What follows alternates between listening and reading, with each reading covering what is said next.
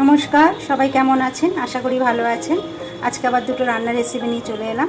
আজকে করব ইলিশ মাছের ঝোল, শুকনো লঙ্কার গুঁড়ো দিয়ে, নুন হলুদ কালো জিরে ফোড়ন দিয়ে পাতলা ঝোল করব। আর সাথে করব কাটোয়ার ডাঁটার যে পাতাগুলো আছে শাক ভাজা হবে, পেঁয়াজ দিয়ে আর রসুন ফোড়ন দিয়ে শাক ভাজা মাছের ঝোল। চলুন তাহলে আমি ইলিশ মাছটা বসিয়ে দিই। আমি গ্যাস ধরিয়ে দিয়েছি, কড়াই বসিয়ে দিয়েছি। কড়াই গরম হয়ে গেছে, দেবো তেল।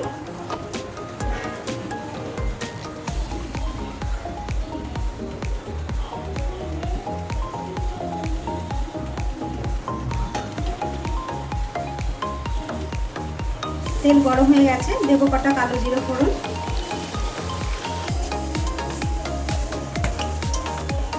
এটা নিয়ে নিয়েছি শুকনো লঙ্কার গুঁড়ি।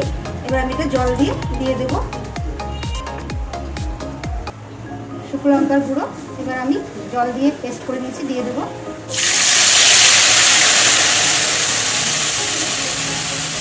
এবার দিয়ে দেবো স্বাদ মতো নুন আর হলুদ।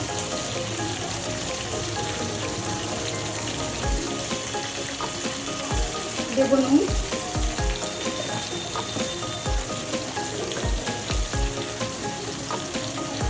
দিয়ে দেবো হলুদ।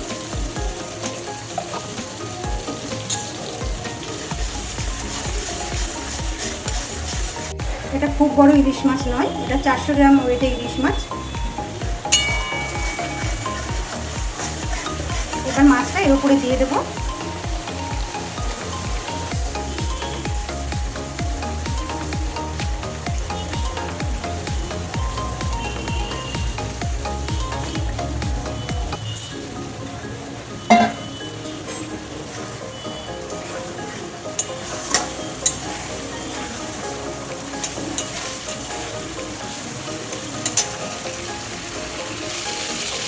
এবার মাছে দিয়ে দেবো জল।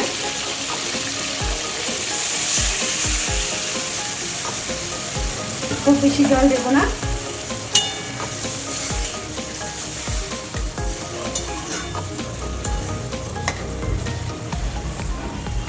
এবার একটু ঢেকে দেবো। মাছের ঝোল ভালো মতো ফুটে গেছে, দিয়ে দেবো 4টে কাঁচা লঙ্কা। দিয়ে দেবো লঙ্কা। আবার একটু ঢাকা দিয়ে দেবো। ঝোল আমার হয়ে গেছে, এবার নামিয়ে নেব।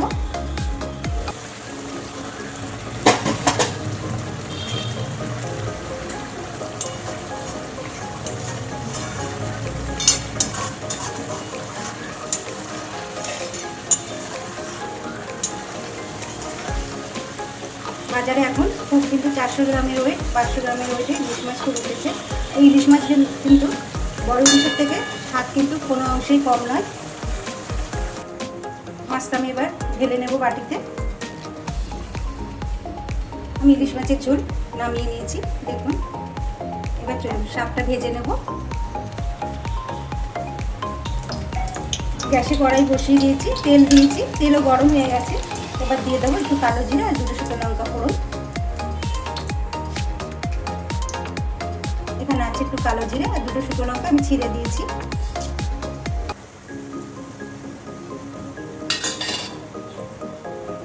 এবার দেবো একটু রসুন থেতো। ওটা রসুন থেতো করে রেখেছি, দিয়ে দেবো।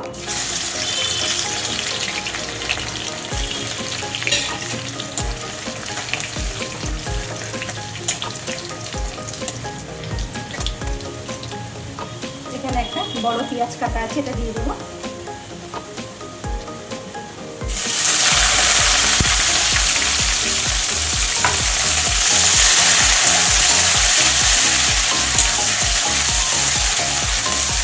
পেঁয়াজ রসুন এগুলো কিন্তু ছুলে আমি ধুয়ে নিই, তারপরে রান্না করি।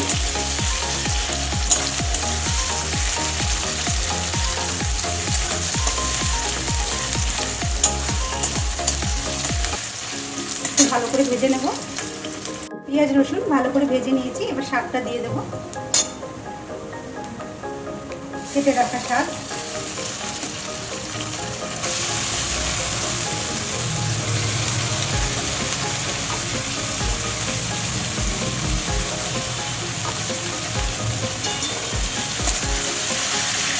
এই কাটা পাকোয়ার ডাটা এনেছে, ওর মধ্যে কচি কচি শাকগুলো ছিল, তাই ভেজে নিচ্ছি।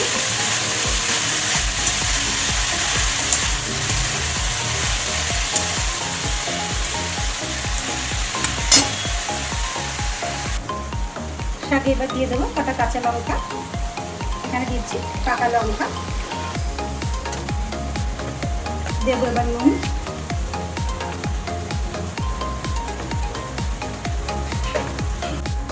শাকে আমি হলুদ দেবো না, হলুদটা দিলে শাকের যে সবুজ রঙটা ওটা ভালো লাগে না দেখতে, তার জন্য আমি শাকে হলুদ দিলাম না।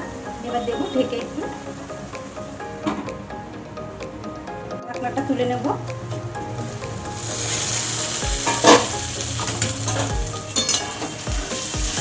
শাক আমার হয়ে গেছে, দেবো একটু গুড়। আমি কিন্তু পাকা পাকা কাঁচা লঙ্কা দিয়েছি।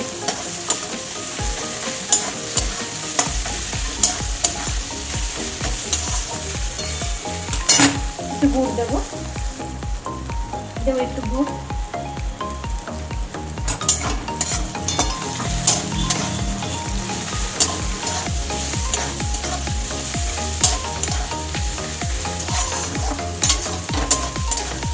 এই শাকটার মধ্যে আলু ভেজেও করা যায়।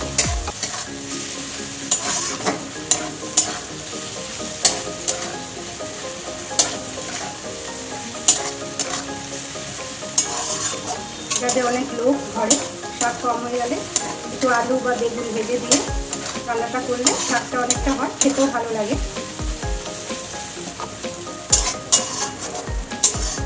আমার শাক ভাজা হয়ে গেছে, এবার নামিয়ে নেব। আমি শাক ভেজে নামিয়ে নিয়েছি, দেখুন। আর এখানে আছে ইলিশ মাছের ঝোল, শাক ভাজা আর ইলিশ মাছের ঝোল আমার হয়ে গেছে। আজকে এই পর্যন্তই। সবাই ভালো থাকবেন, সুস্থ থাকবেন। আমার রান্নাটা ভালো লাগলে একটা লাইক করে দেবেন। আবার পরে সবার সঙ্গে দেখা হবে।